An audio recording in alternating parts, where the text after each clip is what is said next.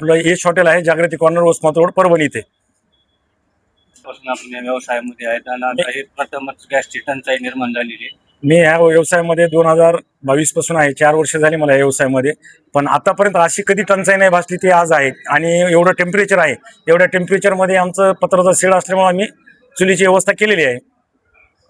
हा लाकडाचा पूर्ण वापर चालू आहे. आता ते आम्हाला कोळसा जे भेटत होता, कांडी कोळसा, तिथं सुद्धा शॉर्टेज झालेला आहे. स्टोव्ह मार्केटला भेटलं त्याचं केरोसिन भेटत नाही. असे पाहायला गेलं तर गॅसच्या टंचाईमुळे जो आज ग्राहक येतं आपल्याकडं त्याच्यामध्ये सुद्धा काही म्हणजे असं आज जे आमचं जे कस्टमर आहे ह्याच्यामध्ये 50 ते 60% कपात झालेली आहे. कारण ह्या कस्टमरला आम्हाला चुलीवर वगैरे इकडून तिकडून म्हणजे अडचणी निर्माण व्हायला की देता येईना त्यांना पूर्ण, म्हणजे त्यांची सुविधा पुरवणार. फास्ट सर्व्हिस देण्यासाठी फास्ट सर्व्हिस देण्यासाठी त्याला एक पर्याय एकच आहे, गॅस. कारण आमच्याकडे जागा छोटी आहे, त्याच्यामुळे आम्हाला जास्त चुलीचा वापर करता येईल. तरी आम्ही 2 भट्ट्या पेटवलेल्या आहेत आणि तंदूर भट्टी 4 वाजता पेटवतो आपण.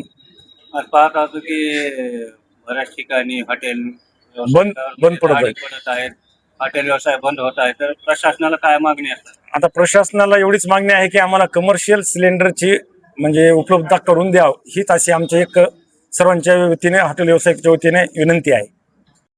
आज सर्व म्हणजे प्रशासनाला विनंती आहे की आम्हाला गॅसचं काही ना काहीतरी व्यवस्था करून द्यायला पाहिजे. आज आम्ही जे चुलीवर करत आहेत, एक लेबर येईना चुलीवर काम केल्यामुळं.